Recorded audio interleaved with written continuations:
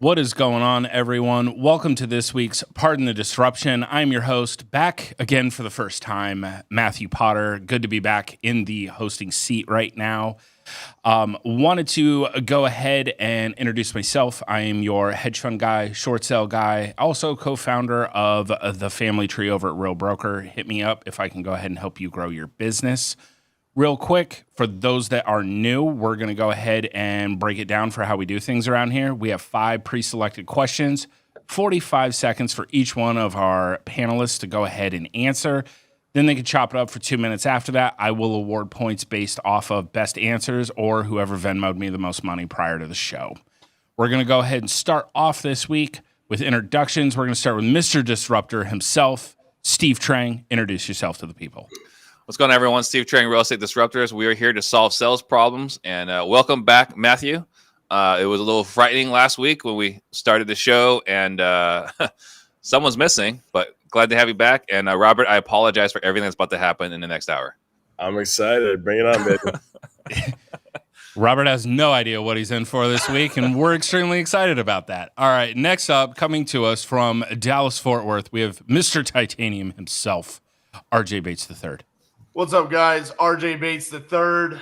Excited. I have a new addition to my set here. That's right. I got my new Closers Olympics belt. I don't know if you guys know this. I won the 2023 Closers Olympics. Wanted to get that out of the way.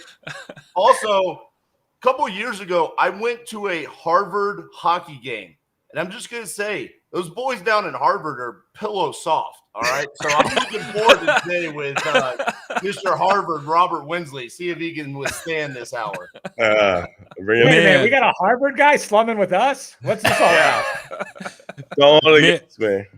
Man, we haven't even gotten through intros, and it's do we have already started. Ryan? Do we have a bunch of Ryan Fitzgerald questions this week? We do now. All right, next up, coming to us from the Midwest, Mr. I Buy St. Louis, Jimmy V. Introduce yourself. Hi, Jimmy Vreeland. I buy STL. I work in the easiest, most podunk market. I'm just here on the show to learn from RJ so I can learn to operate inside a real market one day. And Potter, I'm so glad you're back. But I did, when I heard there needed a new judge, I did text Steve right away. Hey, Potter's out. I'm in. So I'm glad to have you back. But I did want that opportunity. I looked at what happened last week as a little bit of an opportunity. I appreciate that, Jimmy. You know what? We may throw a point on the board for Jimmy just for the actual brutal honesty there. I love that. Last, certainly not least, our special guest this week, we have Mr. Robert Wensley. Introduce yourself to everybody. What's up, guys? My name is Robert Wensley, CEO of InvestorLift. We help people sell and sign their deals faster at higher prices. We pumped about $11.5 billion of off-market deals through InvestorLift this year, and we're just getting started. Super excited to be kicking it with all you guys. I was with RJ down in Texas last week. Had a great time. So you closing live on stage, absolutely incredible. You mean taking orders or closing, Robert? There's a distinct difference. There we go. Maybe a little bit of both. We'll see. But yeah, super excited to be kicking with you guys. I love the format of the show. This is very cool. I got the questions about 10 minutes ago, and I was trying to set up a camera. So I'm gonna be winging it today, but should be a good time. Hey, okay, RJ. Robert, question number 1. Traditionally, really smart people don't go into the real estate industry. What happened with you? That is not question number 1. Absolutely not. Hey, I'm wondering. I'm looking for RJ's new belt from Dallas. Where is it? We're gonna address that today, Steve. All right, carry on. Take over, man. Uh-oh. All right, we're going to go ahead and get started with question number 1. Live streamer Aiden Ross breaks the record for most live streams in under 1 minute for misleading people that he was live streaming with North Korean dictator Kim Jong-un. What's the most misleading, shameful thing you've seen in real estate? Start us off, Steve. Well, great news. I'm doing a Real Estate Disruptors episode with Kim Jong-un. If you guys are tuning in later on today. Are you guys related? Oh my God! So I'm sorry, I couldn't not say it. so I would say probably the most misleading thing in real estate. There's two of them. I'll start with one. Is that you can get into real estate with no money. That's it. Get in real estate with no money because let's just forget the fact that you actually need to get either data or a list, phone numbers, or gas money, or earnest money, or whatever, membership to the RIA, whatever it is. There's money involved. But this whole thing about you can get into real estate with no money, a little misleading. Ah, yes. Definitely not getting into real estate without money. All right, next up, RJ, what are your thoughts? The most misleading and shameful thing I've seen in real estate was my education group that I went through. I paid $65,000 for them to teach me to make offers on MLS deals and dispo through Craigslist. That was insane. It was shameful for them. They never mentioned the word direct to seller marketing. I didn't even know that was a thing for like my first year and a half in real estate investing. And looking back at it, it was insane how many people spent that $65,000 for the education and essentially just lost all of that money. Some of that was their life savings. It's shameful that there was these big box education groups out there. I think most of them have been put away, but that was so misleading and just utterly shameful. 65 G's. Good Lord. What year was this, RJ? 2014. Damn, so that's like 185 now. Yeah. Good Lord. All right, next up, Jimmy, what's your thoughts? I think that you can buy an internet course, start buying some houses, and quit your job. I can't stand that kind of lie in real estate, or that you could quit your job to wholesale, and that's not really a lot of work. Like, it's a tremendous amount of work. It's a tremendous challenge. It's a ton of fun. But the whole, I can get involved in real estate and in like 18 months end up on the beach. That's particularly annoying to me. Very good. Jimmy, always concise and precise. We appreciate that. He likes to keep us on time around here. Now for Robert, your answers, speaking of concise and not concise, do I need to get like a notepad and take notes and whatnot? Is this we're cutting away from Jimmy V now. All right, Robert, what are your thoughts on this one? So I'm a little bit of a different route with this one. Last year, anyone who had a heartbeat could become a real estate wholesaler because the hedge funds were buying everything. So we had a flood of new wholesalers coming to the market and a lot of really bad practices. If you're going to sign up a property and put it under a contract, you better darn be able to actually close on it. And if you're not, you need to communicate that with the homeowner. When you tell Granny that, hey, September 15th, you're moving out of the house and I'm going to close on the deal, and September 14th comes along and Granny's got her entire house packed up and is expecting that check to clear the next day and is expecting to actually sell her house the next day, and you call her up while she's packing up the U-Haul and you say, hey, you know what? Sorry, we're actually not going to be able to close tomorrow because I couldn't find a buyer. That is what gives wholesalers a really bad name. And that is why state by state, the government is putting a lot of legislation against wholesalers. So last year we saw a ton of that, a ton of really bad practices. A lot of times people come in, and talk to a lead and they're like, hey, like 3 other people have done this to me. They've said they're going to buy my house and they didn't. I met one guy that happened to him 5 times before he ended up actually buying their deal. So if you're wholesaling, make sure you can actually close on the deal. Make sure you actually have an end buyer. Make sure your numbers are right. The worst thing is when Granny's got the U-Haul packed up and the day before, you're setting the expectation you're going to close on that day before you pull out of the deal. Hey, Robert, I don't know if they taught you how to read a clock at Harvard, but it's less than 1 minute, all right? 45 seconds. It's actually 45 seconds. Yeah, less than a minute. 45 seconds preferably. But well, dude, it's like his first or second time on the show. Like, where was Potter on that one? Dealing with a mechanical issue over here. Well, Don't mind me. Robert came out of the gates and just straight out attacked Matthew. He was like, anyone with a heartbeat. I was like, man, like that's grossly insensitive. Wow. That is awesome. Robert, Holy shit. I don't know if you know or not, but Matthew actually had a heart attack last week. I was like, man, that's just insensitive. I'm sorry. But yeah, I mean, I think Robert's got a point though, because that was my number 2. Was like, hey, I'm your buyer. Like, I'm the buyer. And I think, if you're not able to buy and you say I'm the buyer, it's, a little misleading, because we've talked about this before. It's a little, fraudulent to use the inspection period as a cancellation because you couldn't move the deal. Yeah. Right. It's a little fraudulent. I'm not saying you're a bad person. It's just you can go to jail for that, right? Like, that's all I'm saying. So just be careful. But let's recap all of our answers, right? Steve says, hey, being told that you can get into real estate with no money. I talk about I went to a bad education program that taught us to get deals off the MLS. And then Jimmy's talking about buying a video course where, you can get in and be taught to quit your job. And then it gets to Robert and he's saying, hey, don't mislead sellers. I think they're all together collectively saying the same thing, right? There's an education problem on how to properly wholesale real estate. And collectively, this is why there's legislation and regulations coming down on wholesale and saying, hey, we need to make sure we're doing things the right way and essentially not fraudulently misleading sellers. I think collectively, we all said basically the same thing there. Yeah. I would say, I though, think with what's RJ. interesting. Go ahead, Robert. Sorry.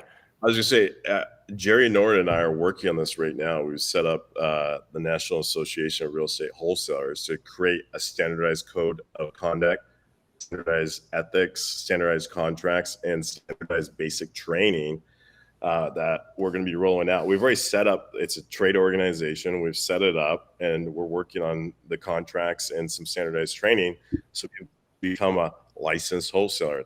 You don't become a licensed wholesaler until you complete the training and agree that you're going to abide by a certain code of conduct. I think that hopefully that will solve a lot of this. It's a great idea. My only challenge is, as a skeptic, is I don't trust the skeptics either. Well, like Steve, I generally hate regulation. I hate any government involvement, but it's going to reward people who are operating honestly. It's going to hurt some people who probably don't have the cash to pay for all the courses, to pay for all the licensing and regulation. But people who are building organizations and are doing it right, it should reward them and give an unfair advantage. That's what the banks say. Yeah, as someone that's part of the National Association of Realtors, I can tell you that ethics are just abound. They're amazing. Everybody adheres to them. So, that being said, based off of the fact that Steve absolutely ripped on the fact that I had a heart attack last week, I'm gonna go ahead and give the point to him because I'm just one of those horrible people. Anyways, with a question, heartbeat. barely with a heartbeat. Here we go. All right, question number 2. Recently, Terrell Owens and Stephen A. Smith were in a social media debate over First Take and personal attacks from and to each other. How would you handle someone in the real estate investing industry attacking your brand through social media? Start us off, Steve. If it's once or twice, I would just completely ignore it. Right? If it's rampant, it keeps going, then we have to address it. But if it's once or twice, I'm just gonna ignore it. Right? Like, our reputation speaks for ourselves. Every single person here has a reputation, has a brand, right? And if you want to come after us, like, you've got something big to overcome. So for me, I would disregard it because you're the one that looks stupid attacking us, right? We don't need to respond to it. As a matter of fact, I was having a conversation with someone last week, and they're like, if someone were to come and speak ill of Steve, right, to him, he'd be like, even if you're right, you understand this doesn't benefit you or me to do anything about this, right? Why would you start this war? It only makes you look bad. I agree with that for all of us here with our brands. All right. Well played, Steve. Well played. All right, next up, RJ, what are your thoughts? I mean, listen, I embrace it. I mean, I love it. Keep my name in your mouth. It's free publicity. I mean, they're coming out, and if they want to talk about me, that's amazing, because I normally have to pay to get people to hear about my company and my name. So this is amazing. And I mean, let's just give I don't know, an example. Let's say that there was an event where there was a closing competition and everyone on stage sent out a contract. And at the end, they proclaimed someone else the winner, and that person only wanted to talk about me afterwards. Keep it up, Bubba. That sounds fantastic. Talk about me all day, every day. I love it. I appreciate the free followers, because the facts are there's a lot of belts back here, and there's a lot of proof that I know what I'm doing. So keep talking about me.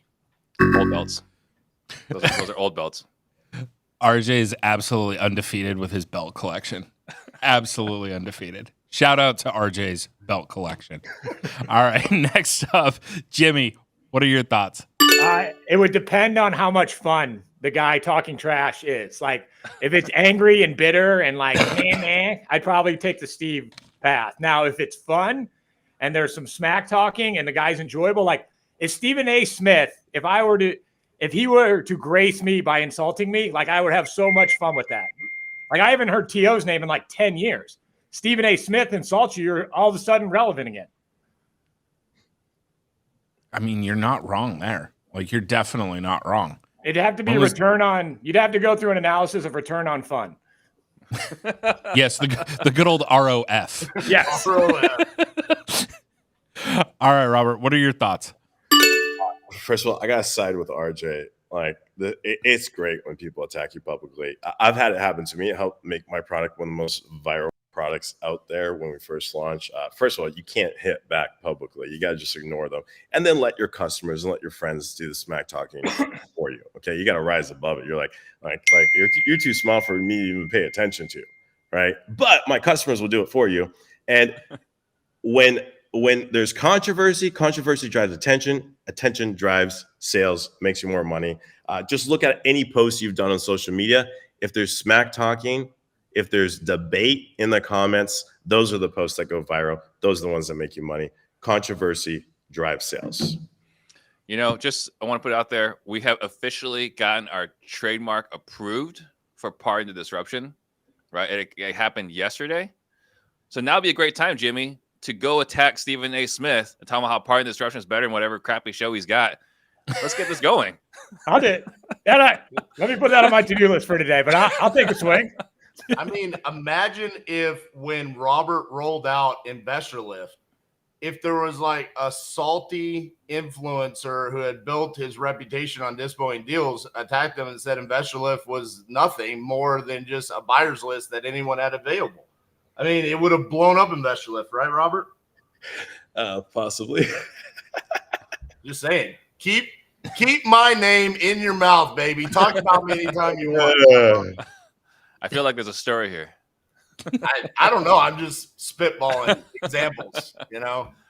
Well, you know, actually, we talked about this before, right? Like, you had, I think it was RJ, right? You had an event where you were showing Investor Lift at your event, and Jimmy was the top guy in St. Louis. Yep. It's like, let me tell you about Jimmy. You want to share what that experience was? Yeah, we had a crucible, and I said, you know, name a city. They said St. Louis. We pulled up. There's Jimmy Vreeland, and one of my students is like, I know Jimmy. He's like, that dude's a savage. Blah blah blah blah blah. He's talking about how you were basically a savage with closing deals with wholesalers, and I was like, yeah, Jimmy's on Pardon the Disruption. He's a savage. His answers average 17 and a half seconds. They normally don't make a whole lot of sense, but I think he buys a lot of $3,000 shit boxes. Well, so Steve, like being a top buyer in homes, St. Louis, here's how I stay humble.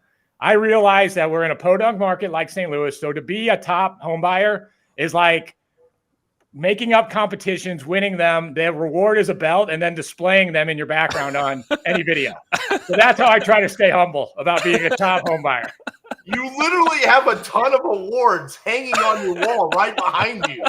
They're not belts. Wait, What's they're wrong not with belts. you? These Yeah, are like- they're real awards. This is sales excellence in the corporate world. A corporation made this, not some competition somebody made up. This is an owned corporation. No, it's not an award when a bunch of wholesalers get in a room together and say, let's find an award to give each other.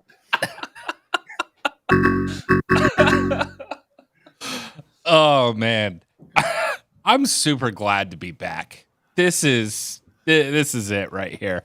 I am going to say, in RJ's defense, it was sponsored by Investor Lift, so I guess it kind of maybe it was a quasi corporate award. Sorry. oh man. All right, so on that round, I'm gonna go ahead and go with my guy RJ on that one. What? That's bullshit. Wait, Hey, I got hey. it, Steve. Pipe down over there, Vreeland. I don't need this. My cardiologist said my stress levels need to stay low. Oh yeah, Like, you're right. relax. I'm gonna lay low. We don't need another incident this week. Not this week. Next week's a different story. All right. Next up, we have a question. Oh wait, is this like bring your award to Pardon Disruption Day? What do you got there, Robert? I feel like I gotta fit in with you guys. So I'm just gonna put this right here.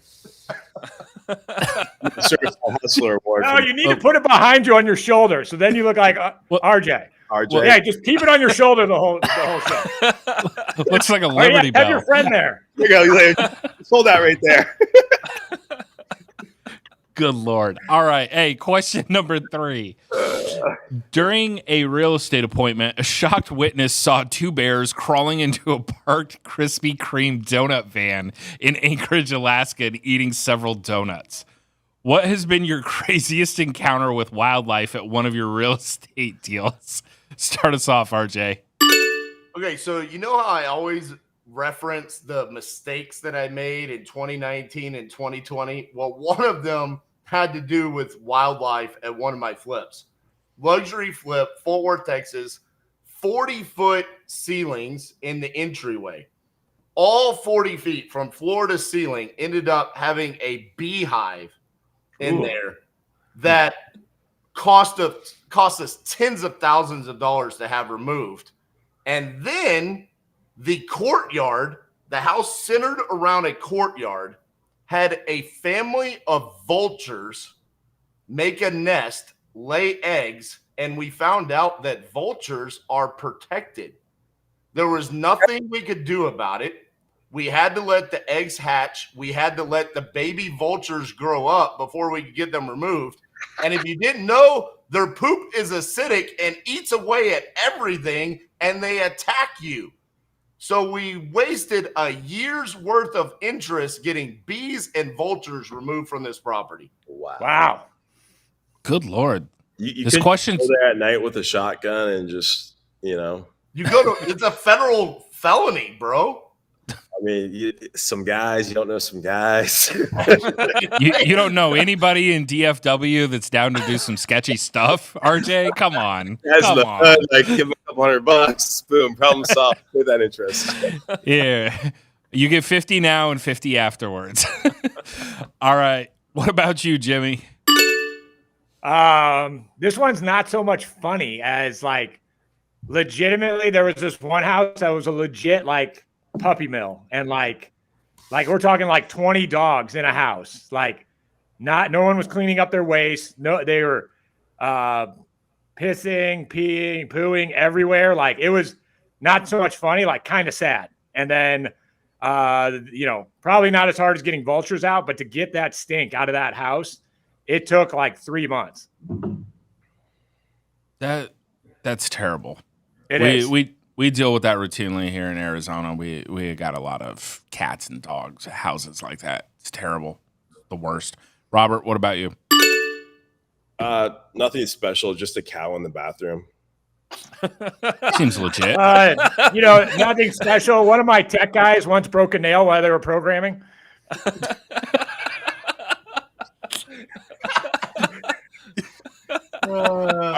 Are we really not going any further about the cow in the bathroom? Like Just drinking some water out of the tub, was thirsty. legit. That's it. No joke. I was gonna see if I get a photo of it from that acquisition guy. There's a photo of it. That's outstanding. All right, Steve, what about you? So one of the properties that we sold right after we closed, an eagle flew in through the master bedroom glass, and there was glass everywhere, and the eagle wounded, obviously, right, in the master bedroom. So we actually client had to call whatever services to get that eagle taken care of and treated properly, because, with like the vulture situation, has to be done the right way, right, as a protected species. So yeah, just casually just flying in, having a good time right through the master bedroom window. Was this like a bald eagle, or what kind of eagle was this? I assume it was a bald eagle. I didn't really care for more details. I can't do anything with this information. So we're moving. I'm like Jimmy. Can I do anything with this information? Nope. Moving on. RJ, I'm curious. Nothing with feral pigs? No, but I was going to say that one time that I was on TV with my TV show before Disney decided to go broke by going woke, and they fired me. We had the cat poop house, and the way that happened is the tenants were getting evicted, and they were salty because they were getting evicted. So they put cat food all throughout the house and opened up the doors, and it just got infested with cats, and cats died in the walls and in the attic and everywhere. I literally got 2 respiratory infections from flipping that house. It was crazy. You should have worn a mask. What we did, nothing could have worked. Just for the absolute epicness, Robert's going to get the point on this round for a cow in the bathroom. Like I think that's just going to be my new answer to just get people to stop talking. Have you heard about the cow in the bathroom? All right. Real quick, before we get into question number 4, I'm going to toss it over to Steve so he can go ahead and read an important message from one of our sponsors. All right. So if you guys are trying to do PPC right now, it might be a little harder, right? Trying to figure it out on your own. Better if you go and get it done by a professional. Go get a consultation with Bateman Collective. That's what I did. I tried to figure this out on myself. I looked around, couldn't find the right service provider. Got connected with Bateman Collective. They know what they're doing. They're getting us deals. Go check it out, batemancollective.com/PTD. Awesome. Thank you, Steve. We're going to go ahead and get into question number 4. Like the union auto strike happening across the United States over wages and fear of work being outsourced, what are some of the areas of real estate that can be outsourced? Go ahead and start us off, Robert. All right. So on marketing, you can either have someone like Bateman Collective, great source, by the way, manage your lead gen, manage your Google account, right? Or just buy the leads. You don't need to become a marketing expert. Just pay someone to do it. On sales, I recommend getting after hours answering service, something like Pat Live. So you always got 60-second response time. On Dispo, getting the photos, videos, getting lock boxes on the houses, cleaning out the houses, all of that can be outsourced. And then, of course, transaction coordination. I like outsourcing that. Companies like Easy REI Closings, David Olds, transaction coordination is not a revenue generating activity. So anything that's not revenue generating or anything that you don't have to do, outsource. What you should be focusing on is closing deals, getting the top closers, training them, and make sure they're doing deals. Showing us why he went to Harvard right there. Thanks, Robert. All right, Steve, what about you? I mean, I'm just thinking these days, what can't be outsourced, right? Like Eric Brewer's not here, so you put Jimmy in his place. Matt couldn't be here, and RJ took his place. Like, it's scary. Like, everything can be outsourced, right? Transaction coordinating, lead managing. I'm not doing this, but there are people out there that are dispoing with VAs. There are people acquiring with VAs. Like, the only thing you can't outsource these days, it seems, is setting the vision. That's it. Beyond that, it seems like everyone else is replaceable, and that includes every one of us here on this show. It's kind of scary to think about. On an unrelated note, Steve has just outsourced himself. So, let us know. Let us know if you want to be a panelist next week. All right, RJ, what are your thoughts? I think when it comes to this, you need to look at what is like an energy draining activity in your business for yourself, right? So, Robert brought up transaction coordination, easy REI closings with David Olds. I mean, that's a great option for you. I absolutely agree on the marketing side of things. People will talk about Google PPC and YouTube ads. Why would you do that when there's companies like Speed to Lead and Lead Solo nowadays, Bateman Collective? Like, why in the world would you go out there and try to do this yourself when you can outsource it to people that are experts in this? At the end of the day, I do think one of the things that you should not try to outsource is anything sales related when it comes to acquisitions and dispositions. Those are two activities I think you need to keep those in-house. That's your revenue. That's your lifeblood. You need to keep your finger on the pulse there and make sure that stays in-house. Amen. There we go. RJ dropping that nugget right there. All right, Jimmy, come with a good answer. What you got? So as far as outsourcing, what comes to my mind is, using, and I think the auto workers are angry about using non-American workers. So when we decide, if we create a role, we use Stephen Covey's 4 quadrants to say, hey, are we going to start with an overseas employee or start with an American? And so if something is urgent and not important, like answering the phones, with the exception of leads we're paying for, I'm thinking more of a property management, customer service. Like our whole phone team is VAs, but lead management on leads we pay for in wholesaling is too important. So that is urgent and important, but like a VA, urgent, not important, definitely outsource that. Definitely keep everything that is urgent and important and not important and urgent. And especially spend all your time and not urgent, but important. Yeah, and I think like going back to Robert's answer where he kind of went through every single aspect, to Steve's point, I think everything could be outsourced at this point in time. I think you really need to sit down and think about why you're outsourcing it though. Because I've yet in close to 300 interviews, I've never heard somebody talk about how they're crushing it with virtual assistants doing acquisitions or dispositions. Have you not talked to Carlos Reyes? I have. And like I said, I have yet to interview someone saying they're crushing it with virtual assistants. When I to his credit, when I interviewed him, they weren't doing that yet. And I think Carlos is a unicorn across the board. I think there's something special about the way that his unicorn is Sal, right? His integrator there. And they make a collective decision on why they're outsourcing certain things. So, yeah, I mean, I think the issue isn't just even outsourcing to VAs, right? I mean, in the near future, it's replacing even some of those VA tasks with AI, right? Like, I think you can get AI to do almost anything except for getting salty about losing the last closing competition, right? I think besides that,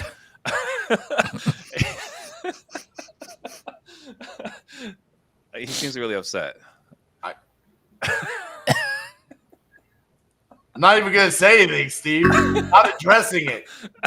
You already addressed it. We need AI. Get ChatGPT to address this, please. Steve is just doing RJ dirty today. He just came in and was like, nope, like not today. All right. I'm going to say, honestly, everybody had a good answer on this one. I'm going to take this one to the chat. And in the chat, we have RJ Bates winning. I'm just as shocked as everybody else. You can outsource voting. There we go. We can outsource voting. There you go. All right. So RJ gets the point that round. We're going to go into question number 5. Let's see what we got here. Recently, the Mexican government unveiled some alleged alien bodies causing conspiracy on whether they were real or not. What is your strangest conspiracy theory for real estate investing? Start us off, RJ. That we actually don't own real estate. We're constantly paying rent to the government. I mean, you can own it free and clear, but if you don't pay your property taxes, it's gone. So how do we actually own it? I mean, it's crazy to me that this is not more talked about. I see real estate investors that get to a certain point, they start talking about it. But I interviewed Nathan Brooks today, and he's big into buy and holds. And we were talking about the problem that we have here in Texas is that properties that we bought 6-7 years ago that were cash flowing $300, $400, $500 a month, we're now having to sell because of the property taxes pushing us to where we're cash flow negative. If we truly own those, then how could the government make it to where we're cash flow negative? So my conspiracy theory is we don't actually own real estate. I like that. It's true. All right. RJ undefeated with the government. He's always going to go hard on it. All right, Jimmy, what are your thoughts? That the Fed's job is to control inflation and unemployment. I think the Fed's job is to keep enough stuff liquid so there's not rioting in the streets. So, for example, like COVID, I think it was great that they did all the handing out of cash. They kept everybody docile. And then what you got to know is if you're an owner of assets, then that's a great thing for you. A lot of people were complaining like we're going to communism, blah, blah, blah. But if you know how inflation works, that you own assets, like we win as they control the mob.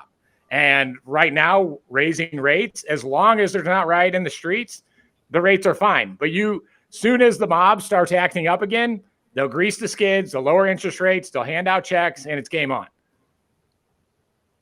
All right. I'm not completely thinking that's a conspiracy theory right there, but on the surface, they say they're there to control unemployment and control inflation. I think they're to control people from rioting. Hi, I'm from the government and I'm here to help. Exactly. All right, Robert, what about you? You will own nothing and be happy.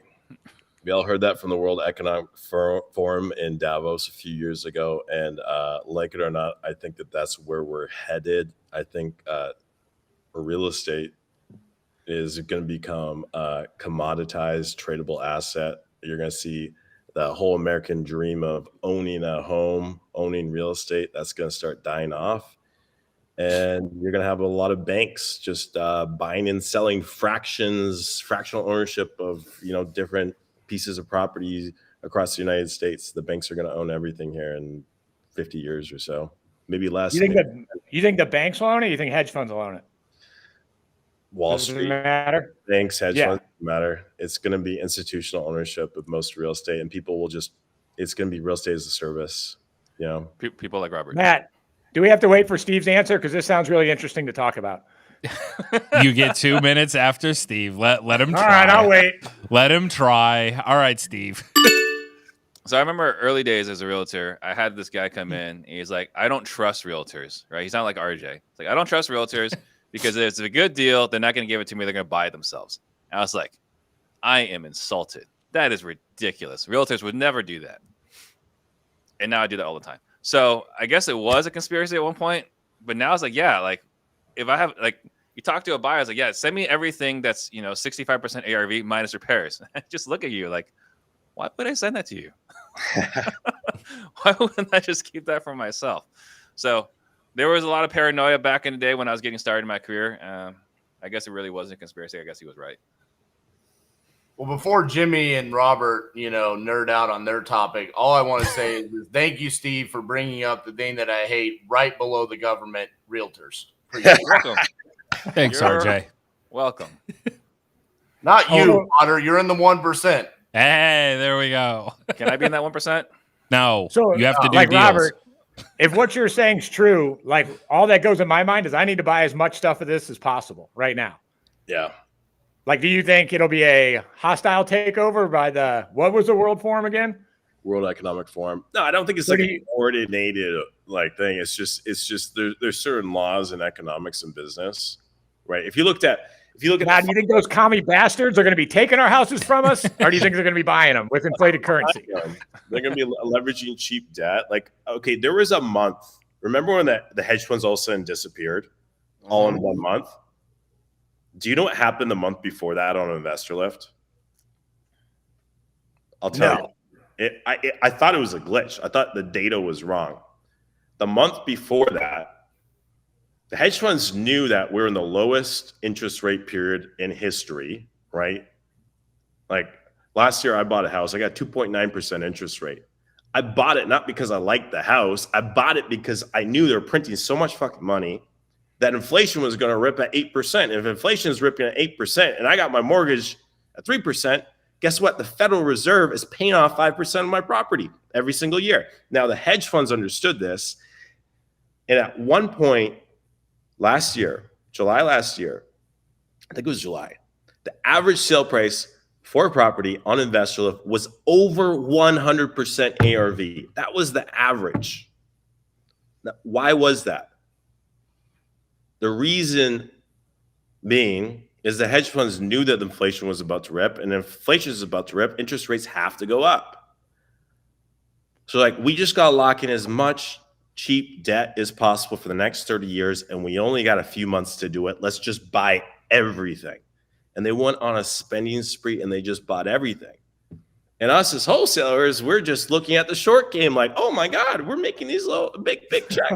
Big checks. We're looking at our 1 month horizons trying to have a big month. They're playing the 10-year game. They're playing the 15-year game, the 20, the 30-year game.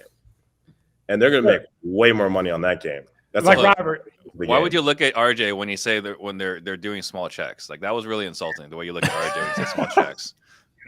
Robert, but you know how we were all shocked when rates went up, right? Even though it was well overdue that rates would go up. Do you think they knew it was going to go up this high? Oh yeah, of course. But then how did they have the inside tip that hey, now they're going to actually start raising them? I mean, you can do the math. You just look at the money multiplier and you can figure out what the interest rate is going to be ahead of time. Well, don't forget, they're all just talking through and hanging out, right? Like we're doing Collective Genius or Crucible or whatever, or Family Master. We're all hanging out. We're talking. We're comparing notes. All the hedge funds are hanging out with all the other hedge funds and all the people deciding our future. They know what the plan is, right? Yeah, what the plan is.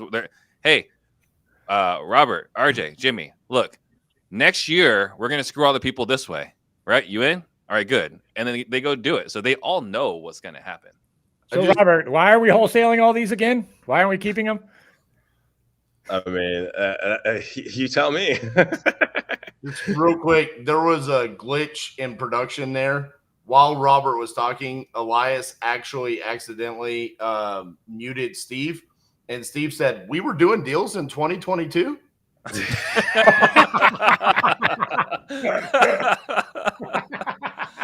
Look, RJ's just pissed that his average fee is the same price as Jimmy's actual properties and hotel and God mode and InvestorLift. Good Lord. All right. That was a great round. Definitely enjoyed it. Went a little deep down the rabbit hole. Wouldn't expect anything less with these panelists.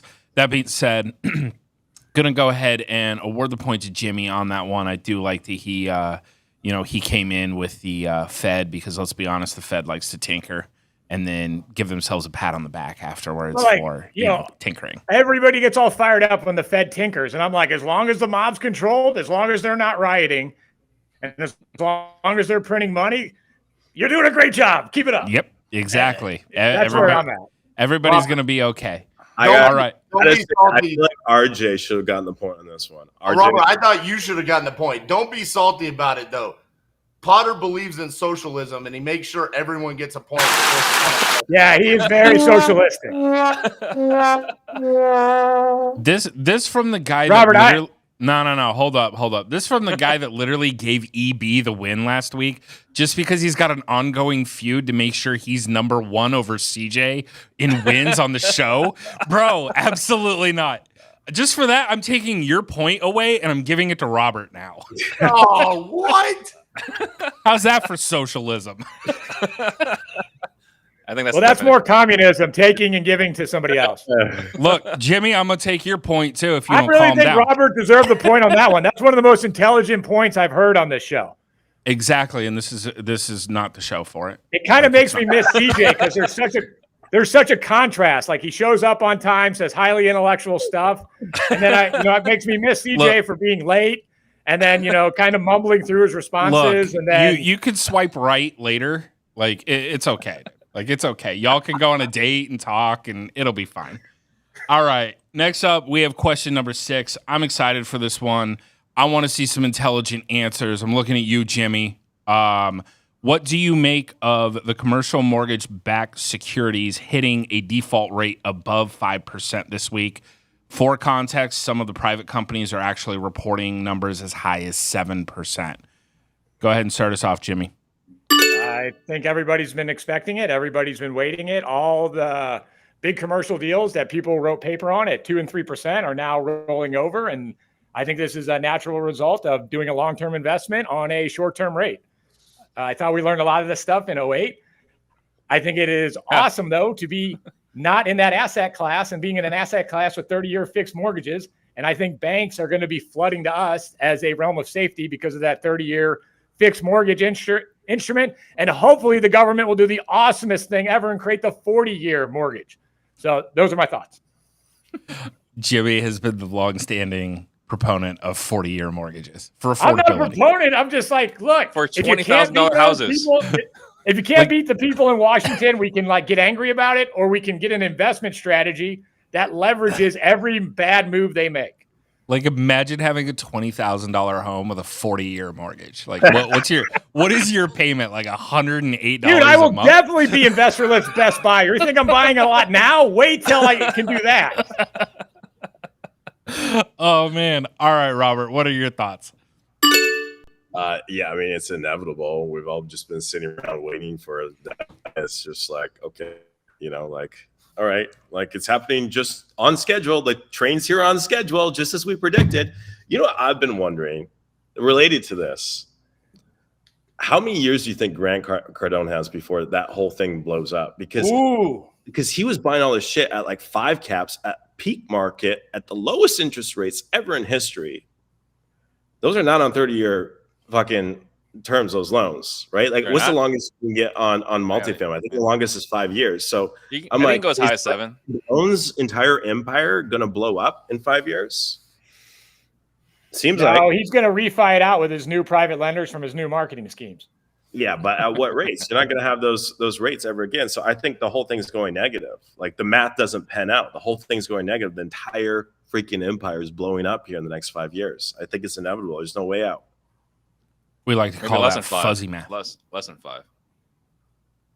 Less than 5. Yeah. We like to call that fuzzy math around here, Robert. Just the math ain't mathin'. All right, Steve. What about you? Well, I think we got to have the Harvard guy on here more often. He's got some really, really good insight. So I think this is really, again, we were expecting this, right? With all the rates resetting, going from locking in at 2.5% to now interest rates are 7. What else would happen? Their cost of capital, their payments are tripling in some of these instances. They're not cash flowing anymore. It's the same thing that RJ was mentioning earlier with capital, with property taxes in Texas, right? Hey, if you raise my cost on something we already agreed upon, I'm no longer cash flowing. This no longer works for me. Same thing in commercial, right? Hey, my cost of capital has increased. This is no longer cash flowing. I think we're going to have some major problems. We're going to have some significant challenges in the commercial market unless someone comes around and offers a different product. I think that this is going to multifamily, commercial, industrial. This is all going to be in a world of hurt in the very, very near future. Good point. All right. What about you, RJ? I think everyone's already answered the question, so I'm just going to take my 45 seconds to talk about things I want to talk about, which is Jimmy got me super excited for the second time in PTD history, bringing up these 40-year amortizations. I mean, this is amazing. I said it the last time. Fuck 40 years. Let's go 80, baby. Let's do it. We're gonna have $20 a month mortgages. Let's do it. This sounds amazing. Dude, what can the government do right now? Because the next thing politicians are going to talk about is, the American dream's dying. How can we make sure home ownership is still an option? They have no other option other than to give people their down payments or extend out their amortization. Another way, if there is interest-only mortgages. Or interest-only mortgages. They've pulled every lever. Best. What else do they have to do? Hold on. I'm not done yet. Still my turn, Jimmy. How many more seconds, Potter? I'm getting dumber by the second. 16. I got to do my CJ shout out, okay? If we have 80-year amortizations, imagine how affordable housing will be. Shout out to you. Respectfully, CJ. Shout out to his bank account. But RJ, this is good for us in the position we're in. And like you get poopy pants about it. I understand. No, I want it, bro. What are you talking about? This is terrible. This is terrible. This might be great. Imagine in a couple of years, though, how great the Instagram, YouTube, and Facebook ads are going to be by Uncle G. I mean, imagine what he's going to be selling. He's not going to be 10Xing anymore, bro. He's going to be 20X in his education to keep up with what Robert's talking about. Like the latest thing he put out that scared me is starting a fund and then buying a business with that fund. When I saw that ad, that terrified me.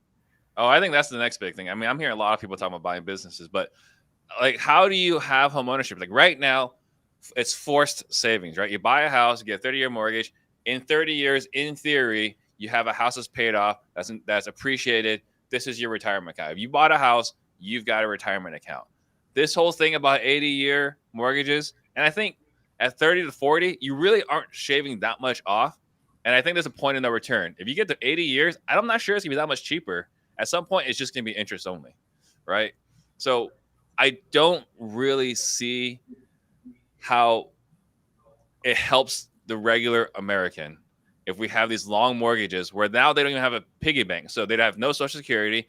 They're irresponsible with their money. And now the only thing that they have that's worked for them is to have a home. We're taking that away. This is a very dystopian future here. Steve, the government doesn't create policy to help people. The government creates policies to solve the most expedient problem. But you're encouraging this ridiculous behavior. It's like having a friend who's recovering from a drug addiction. It's like, hey, you know what? You've been great. I'm going to give you a $500 bonus this week. Go have fun this weekend. No, it's like this. He goes to recovery. He's clearly not into it. He's clearly not going to do it. But by him going back on the sauce, I benefit somehow. Then yeah, I'm probably not going to grab his neck before he goes back in to the bar. This is horrific, right? We're encouraging bad decisions. Like home ownership, we are encouraging good decisions, right? This is what we're doing here with home ownership. We're encouraging good decisions because we don't trust you otherwise to have a retirement account. Steve, I will start a letter campaign, a direct mail campaign to all congressional representatives talking about fiscal responsibility. Yeah, and I think that'll be about as very effective. It's going to happen. It's going to happen, though. I'll tell you why. If you look at – you guys familiar with Freakonomics? Yes. Freakonomics did a study, and they looked at what is the correlation between what people actually want as policies, what their politician actually votes for, versus what do their donors want and what actually gets voted for. There is zero statistical correlation between what actual Americans want and what their politicians actually vote for. And there's a very, very strong correlation between what the donors want and what actually gets voted for. And here's the deal. If we shift over to like interest only mortgages or things like that at very high rates, that's actually very good for Wall Street. Wall Street doesn't us. Don't forget about us. And if you use it right. So like it or not, we're going to be headed in that direction. So the only way the whole reason, Steve, the whole reason I got into real estate was it was a complete tax revolt. As a corporate sales guy, I was working hard. I was doing all the right things. And eventually I was like, hey, if I can't beat them, join them. I'm just going to invest in real estate instead of becoming a politician. So the only way to fix this country is to get so goddamn rich that can buy all the politicians to pass laws that are actually beneficial to Americans. Yes. The first billionaire I ever met, you know what he said to me? He said, like, I was doing a minor in political science. He's like, that's the stupidest shit. Why the hell are you doing that? I'm like, I don't know. Maybe I'll go into politics one day. And he's like, look. There's two types of people in this world. There's the people that try to change the game. Those are the idiots. Then there's the people like me. We just learn what the rules are. We master them. We learn how to play all the rules to our advantage. Those are the smart ones. Don't be an idiot. Be a smart one. Who cares what the rules are? The rules, they change a little bit every few years. All you got to do is look at what are the new set of rules. How do I play those rules to my advantage? And I was like, you know what? That sounds like the smart way to do it. I vote for more smart people on PTD. This is awesome. Sorry, Brewer. So we're looking for someone to fill Jimmy's role next week, clearly. No doubt. But real quick, I just need everyone to just picture in your mind, imagine Jimmy being a politician. Like, just imagine that was your representation in the Senate or something like that. Like, just imagine. It's already been on TV. It's Kevin Costner on Yellowstone. I would do it just like him with the cowboy hat and all. I was going to say it's John Fetterman. Just look at John Fetterman. That's Jimmy in politics. Come on. Now, that is the most insulting. That's the most insulting. I'm out of here. I am done with PTD. Oh, snap. All right. So I am going to say Ivy League definitely came with the information and called out Uncle G on the show. Like, I think that's a PTD first right there. We're going to go ahead and award him the point for this, and he is going to win today. You know, Jimmy's obviously a raging fan, so that's great. You know, we're happy that you brought a little class and a little, education to the show. I'm definitely going to feel weird insulting him next time I'm on the show. Don't worry. That'll last for about 5 seconds. I'll get over it. Yeah, he'll be over it in no time. Thanks, John. I will say it was absolutely great to be back in the driver's seat over here with everybody. Great to have PTD today. Congratulations to our winner, Robert. We're going to go ahead and give everybody a chance to say bye and go ahead and once again let people know what you do. Go ahead and start us off, Robert. Guys, this was a ton of fun. Again, Robert Wensley, CEO of Investor. If you want to sell your deals faster at higher prices, go to get.investor.com and use coupon code DISRUPTORS for 10% off your first year on Investor. Shameless plug. Just had to throw that in. Helping you out, Steve, there with affiliate. Got to make you some checks. This is a ton of fun, guys. Thanks for having me on. I'd love to come back anytime. This is great. I love it. I love the format. Well, I'm never going to invite you again. #disruptors. Hey, I was the one that invited you. Coupon code TTD. Holy shit. All right, Steve, say bye to the people. Steve Trang, Real Estate Disruptors. We solve sales problems. It was an absolute blast. And yeah, it was great hearing Robert, wax on how Uncle G is going to be gone in a matter of years. I'm looking forward to seeing this development. Like I said, it's a bold prediction. We'll see how it works out for him. We like it. All right, RJ, say bye to the people. I mean, I'm going back. Apparently, this is just what happens when I'm in competitions. I got 2 points. Robert got 2 points. The other guy gets the win. It feels like San Antonio all over again. But. Incorrect. I gave your point. I gave one of your points to Robert because you were busting my chops. You're right. On a more serious note, September 21st, 2012, I unexpectedly lost my dad. So 11 years today since my dad passed away. I share that to say you never know when you're going to lose someone. Take time today to reach out to your loved ones. Tell them that you love them. Potter, excited to have you back, man. Last week was scary. Just, hey, reach out to your loved ones today and let them know that you love them and you care about them. I now feel really terrible for taking your point away. It's okay. I saved this in the bag just to make you feel dude, you're gonna make me marinate on that for 7 days, aren't you? Whatever you do, just don't have a heart attack, okay? I appreciate it. I don't plan on doing it again. No, it's great to be back. I appreciate your kind words and condolences on your untimely loss right there. All right, Jimmy, say bye to the people. Potter, this episode's been very bittersweet for me. The good news is you're not dead. I'm happy about that. I made a new friend with Robert, but I lost a friend this episode. When Trang compared me to Fetterman, he's dead to me. Don't worry, Jimmy. I'll still invite you back, bro. Very bittersweet. But if you're looking to acquire assets and grow your wealth through real estate and build a balance sheet of long-term assets, so that you can be like me and Robert and beat these commie bastards at the World Economic Forum, reach out to me at Cashflow Tactics or reach out to me at Jimmy Vreeland on Instagram, and let's get you some turnkey assets and let's beat these commie bastards. Right, Robert? Let's do it. And I'll buy you from Investor Lift. I'll fix it up, and then I'll sell it to somebody, to you. $1,000 house at a time, baby. That's how you do it. That's how you beat inflation. Yeah. Reach out to Jimmy on Instagram at John Fetterman.